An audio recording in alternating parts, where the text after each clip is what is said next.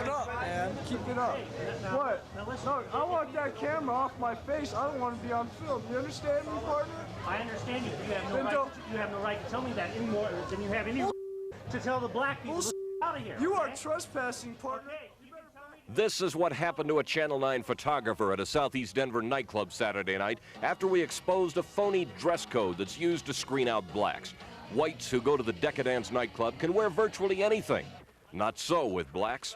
Then they talking about I needed 2 IDs, man. They get turned away in droves for violating the dress code, not having enough pieces of ID, and a variety of other reasons. Channel 9 reporter Ray Matoyer got hassled. Photographer Sonny Jackson got turned away. So did numerous other black men we videotaped.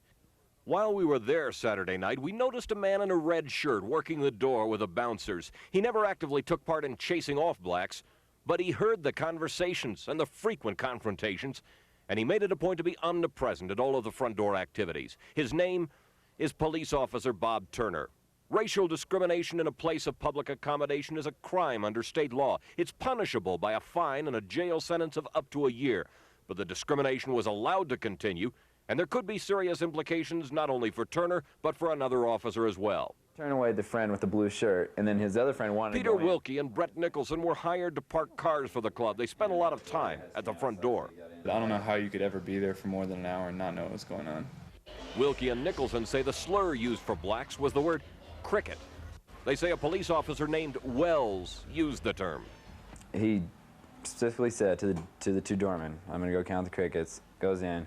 I think I remember seeing him come out and say, I don't know if he gave him a number, but he says, you know, maybe we ought to not let a few more in. And then that's when the 2 doormen started arguing, you know, oh, you let them all in earlier, now I have to turn them away. There were some guys that were going to park in our lot, and I told them to leave. And they decided they were still going to go park in the lot. And Wells just said, well, they're not going to get in. And I said, well, you know, it's no big deal. It's 1:15. Let them in. We got a lot of spaces. And he said, no, they're crickets. They're not going to get in.